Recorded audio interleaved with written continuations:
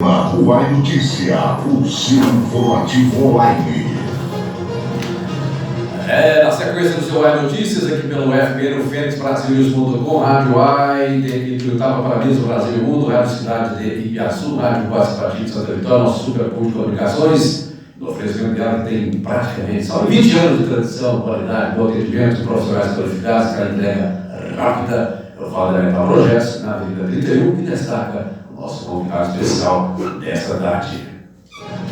Metal Project, estruturas metálicas e serralheria. São 15 anos de tradição e qualidade, atendendo Ituiutaba e toda a região. A Metal Project é indispensável na hora de construir o seu barracão comercial, residencial e todo o trabalho de serralheria em geral. Obras na zona urbana e rural é com a Metal Project. Avenida 31, número 2410. Fone 99668-2337. O sucesso do seu empreendimento começa aqui. Metal Project. Acreditamos e podemos construir juntos. Convidados especiais. E o moço tá de volta, né? Eu só que não veria, de volta, de vez em quando fora, apaixona aqui, eu falo assim, a agenda tá me apertando, não vou, né? Apareceu aqui hoje mais uma vez. Deixa eu colocar a volta, eu não enxergo, eu tô meio ruim de visibilidade no negócio aqui. Tem que fazer a ficha técnica, porque o homem é qualificado, né? É expert no assunto, né? Tributarista, sabe tudo, né? Então, para falar de reforma tributária, que hoje é a grande discussão nacional, inclusive lá na capital federal começa hoje essa votação, no primeiro turno, são 2 turnos, né? Começando hoje, como é que fica? Começou a movimentação agora pela manhã, 11 horas lá em Brasília. O senhor Vilari, que é diretor da Associação Comercial Industrial de Ituiutaba, a ACI, membro do grupo de trabalho do Conselho Tributário da Federação das Associações Comerciais de Minas Gerais, a Federabinas. Mais algumas coisas, não vamos esticar muito, não, porque senão vai tomar muito nosso tempo por aqui. Boa tarde, senhor. Pegar a vossa excelência. Boa tarde, meu amigo, tudo bem? Sempre um prazer estar aqui com vocês. Eu fiz a questão de buscar 2 informações ontem, antes de chegar aqui hoje na nossa fala, porque eu não sou um conhecedor, né? Sou um pouco leigo na questão tributária, mas assim, tinha 2 questões que eu teria que buscar, porque se fala muito, né? O Brasil é um dos países que mais paga tributo no mundo, é uma tributação absurda. Aí eu tinha preocupação em saber onde é que o Brasil se encontra nesse ranking, né? E outra curiosidade, né? Quantos impostos existem no Brasil? Eu queria 2 respostas rapidinho, vê se tem condição. O Brasil possui, hoje, segundo o que eu apurei ontem, um total de 92 impostos vigentes. Entre 111 países, o Brasil ocupa no ranking aí o 2º lugar do país que mais cobra tributos das empresas, só perde para o país de Malta. Isso é muita coisa, não, meu caro senhor? É um absurdo, assim, né? O Brasil, entre 111 países, é o 2º em tributação. Como é que funciona isso?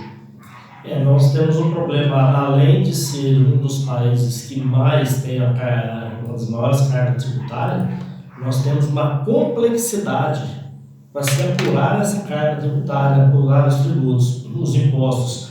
Então, você tem um problema muito maior do que necessariamente o percentual do tributo que se cobra. Burocracia mesmo total. Burocracia muito... a gente chega a dizer que a burocracia por si só ela é pior do que o próprio tributo.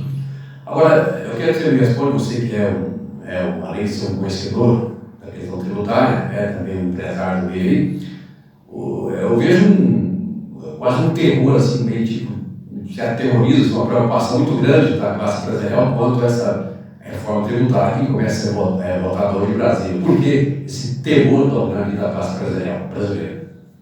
Então, quando a gente coloca, você precedeu aí exatamente com informações que assustam toda a sociedade. Poxa, o país que mais cobra, um dos que mais cobra tributo, aí veio eu digo, pior, ele é mais complexo do que os outros. Então, naturalmente as pessoas todas estão aí no primeiro momento dizendo, nós precisamos da reforma tributária, é fato. É necessário que exista uma reforma tributária ampla. No entanto, qual é o grande temor que existe? Nós não precisamos de qualquer reforma tributária. Eu tenho dado alguns exemplos, tem coisas que você faz daquela forma porque naquele momento é o que é possível ser feito, porque você não pode ficar sem aquilo e sem outro. É o famoso paliativo, né? Exatamente. Eu vou dar um exemplo aqui. quando foi instalar a UFA em total, houve toda uma discussão para ser rápido. A UFA ela iria juntar ali onde é FTM e o ENG e passar a ser um Instituto Federal, tudo aquilo ali. Nas mexidas políticas, nas possibilidades, isso acabou não sendo possível, mas ao definir os cursos a serem implementados naquela hora, estavam sendo implementados cursos que já existiam nas duas instituições. Quando tentou, não, então vai ser fora, não, mas agora, inicialmente, vão ter que ser esses cursos, depois luta-se para trazer novos cursos. Naquele momento, não podia bater na mesa e dizer o seguinte, não, ou vem novos cursos, não aceitamos, tínhamos que aceitar aquilo natural, e hoje a UFA é muito importante para o tal, vai desenvolver e tal. Mas tem coisas que você não pode simplesmente falar, não, faz assim porque precisa fazer e pronto. É o caso da reforma. A reforma, existem muitos estudos, muitos especialistas que têm visto o seguinte. Primeiro, ela tem muito intuito político no momento. Ela precisa ser feita, mas como diz o nosso presidente, né, a narrativa utilizada é essa, a necessidade urgente de se fazer a reforma, coloca-se qualquer reforma. Nós tivemos agora a votação do arcabouço fiscal, que é um grande problema. É como você em casa definir que a remuneração da casa é R$10.000 e senta com a família e vai decidir quanto que nós vamos gastar por mês. Você tem que gastar até os R$10.000. Não, mas isso aqui, a viagem fica fora, a saúde fica fora, o plano de saúde fica fora, o ensino fica fora. Ok, mas eu vou pagar isso como? Criando moeda? Fabricando moeda, eu gero inflação. Não, eu vou, talvez, quem sabe, eu vou ter um aumento salarial. É assim que está sendo feito a questão foi votado o arcabouço fiscal. Saindo de um problema de teto de gasto que, em 2000, na época lá de Fernando Henrique, foi estabelecida a questão da lei de responsabilidade fiscal. Um avanço muito grande, necessário naquela hora, que isso tem sido muito positivo. Em 2007, já na época do Itamar, foi feito a questão da lei de responsabilidade fiscal e veio o teto de gastos. Com o teto de gastos, você pode ter adequações posteriores, mas você precisa estabelecer até onde pode gastar, para não gerar inflação e tal. Nesse caminho, Silvio, o que trava o governo, porque o teto limita as ações do governo, quer dizer, tem o teto, não pode ultrapassar. Então, por isso, quando da criação do teto de gastos, ele estabelecia prazos para que se fizessem adequações. Em 2026 já tinha previsão de algumas alterações para que isso fosse ajustado. O problema é que agora veio com muita necessidade de ampliação do gasto. E aí vem a reforma. A reforma tributária que vem e, de certa forma, ela vai ter que ser para aumentando tributos para contemplar as necessidades do teto. Olha o absurdo. Então, nós precisamos pensar o seguinte: nós precisamos de uma reforma administrativa. Que seria a próxima, né? Já deveria ter acontecido. Ela tem que ser primeiro. Porque, poxa, eu preciso saber quanto eu preciso efetivamente, onde eu consigo fazer meus cortes, isso e aquilo, para definir o quanto eu preciso buscar para essa população para bancar os gastos. Não, nós vamos estabelecer um valor aqui e vai ter que gastar tanto para pagar o que se aumentou de gastos. A reforma administrativa e a reforma política, ela deveria preceder a reforma tributária. Nesse campo, então, você entende que o tempo foi insuficiente para essa discussão nacional contra a reforma, é isso? Para você ter ideia, o substitutivo da emenda 45, que foi colocada agora, ela foi colocada na quinta-feira, há 2 semanas atrás, para que todo mundo tivesse conhecimento efetivo para poder discutir, para ser votado agora. É um absurdo. Praticamente uma semana. E aí está sendo feito de afogadilho. Qual a necessidade de ser feito de afogadilho? A necessidade de ser feita é porque nós queremos que aprove e pronto. Então, interesse do governo. Sim, ontem nós tivemos uma aprovação, a maior aprovação em um dia de recursos de emendas, 2.100.000.000. Então, assim, há uma grande preocupação. É indubitável já nos estudos que haverá redução na carga tributária de vários setores da indústria, tanto é que hoje a Fiesp soltou um manifesto favorável. Então, a carga tributária da indústria, basicamente, ela vai ser reduzida. Só que nós temos o seguinte, estudos dizem, só que os estudos foram muito curtos, um tempo curto para se fazer, que é uma redução na carga tributária da indústria entre 7% e 15%. Porém, nós teremos aumentos na carga tributária do varejo, aumentos extremamente significativos na área de serviço, que pode oscilar de 25% a 40%, e no agro. O que acontece? Quando eu formo o preço na indústria, se eu tenho redução na carga tributária da indústria, mas se eu preciso de serviço, um mundo tão tecnológico quanto hoje, precisa de muito serviço para que as coisas aconteçam na própria indústria. Então eu vou utilizar de serviços que têm uma majoração na tributação, um aumento da tributação. Então o preço do serviço aumenta. Quando eu vou contratar na indústria o serviço, eu vou aumentar meu custo final do produto. Então há uma preocupação grande nisso. Então vamos dizer assim, mas então não faz a reforma tributária?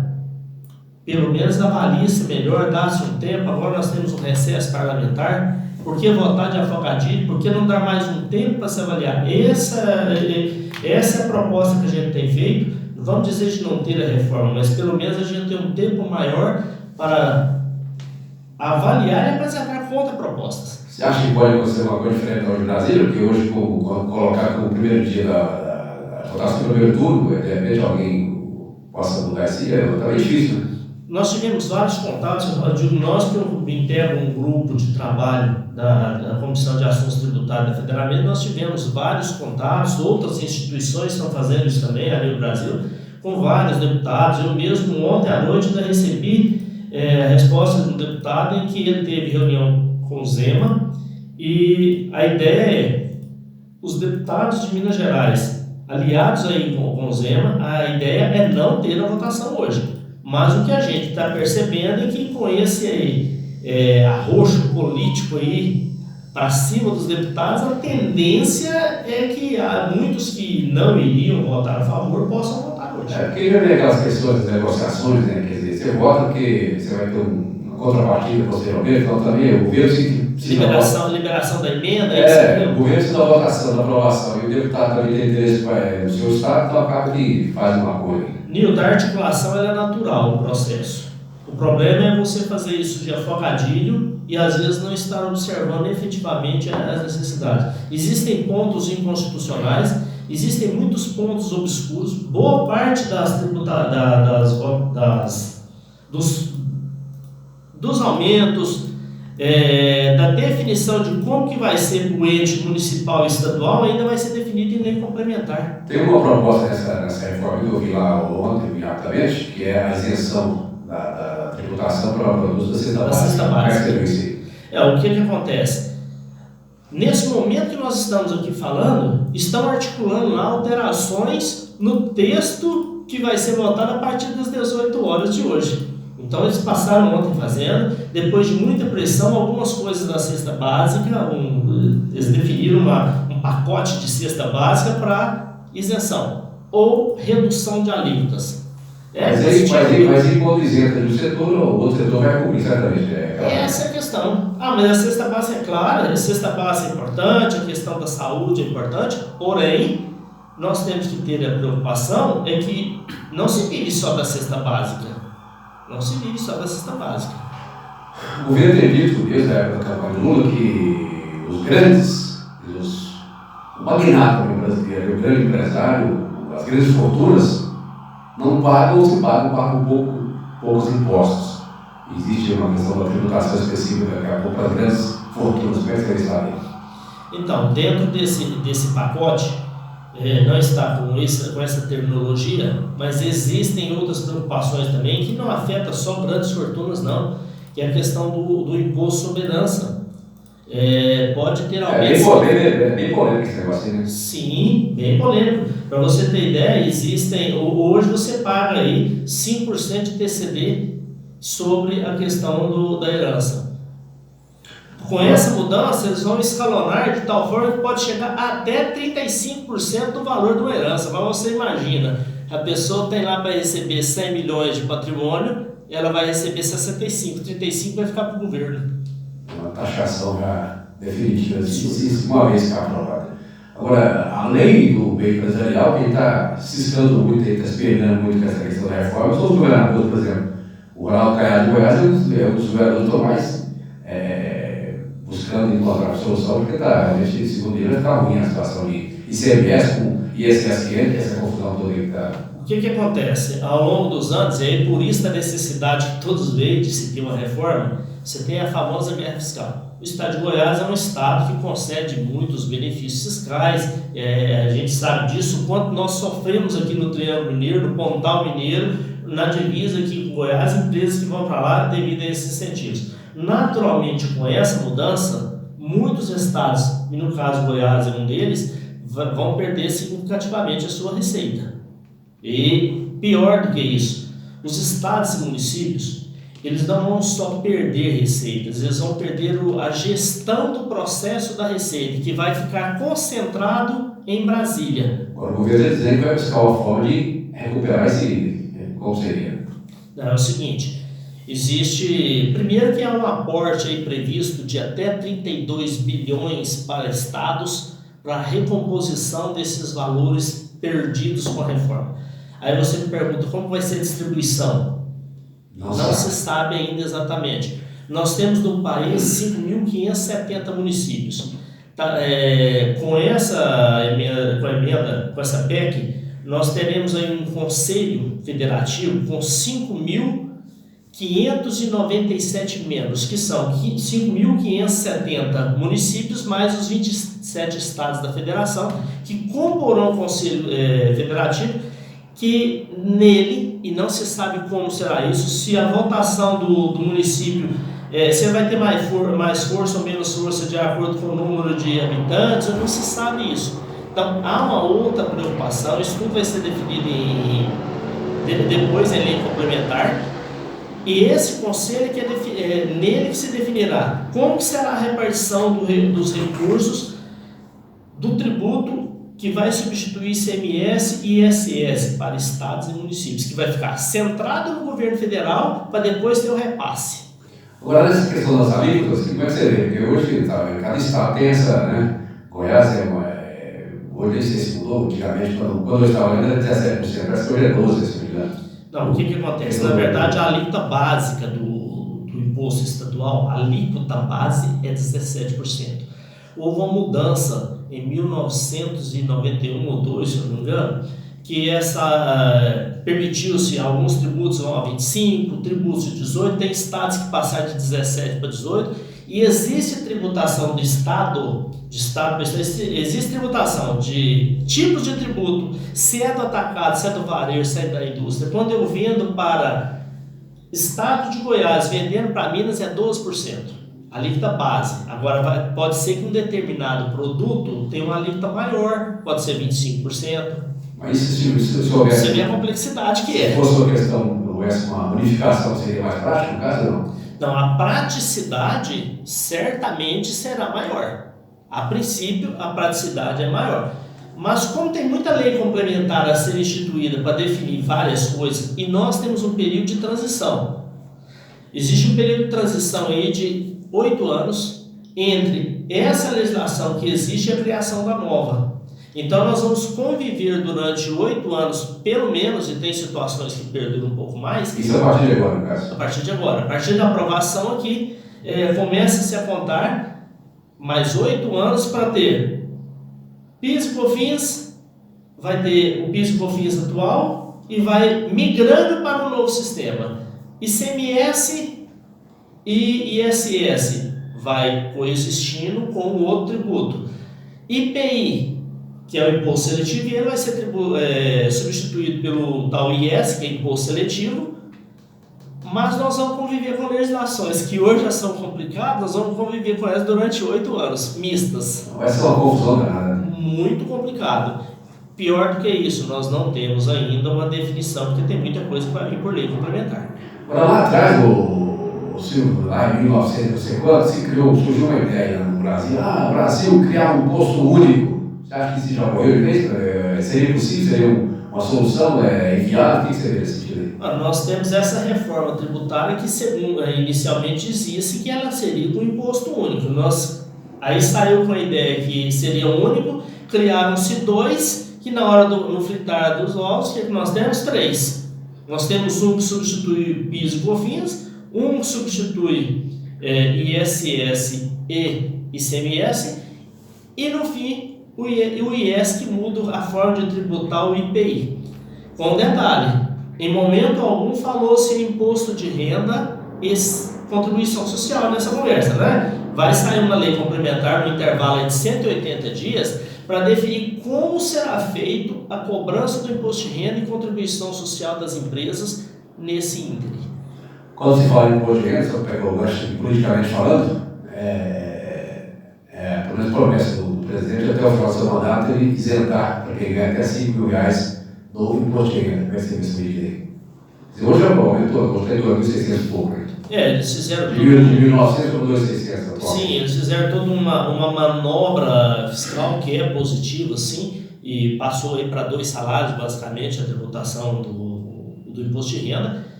E se isso for feito efetivamente para 5 mil, e deve ser feito, porque realmente para quem ganha até R$5.000 pagar imposto de renda, a gente entende realmente que não seria correto.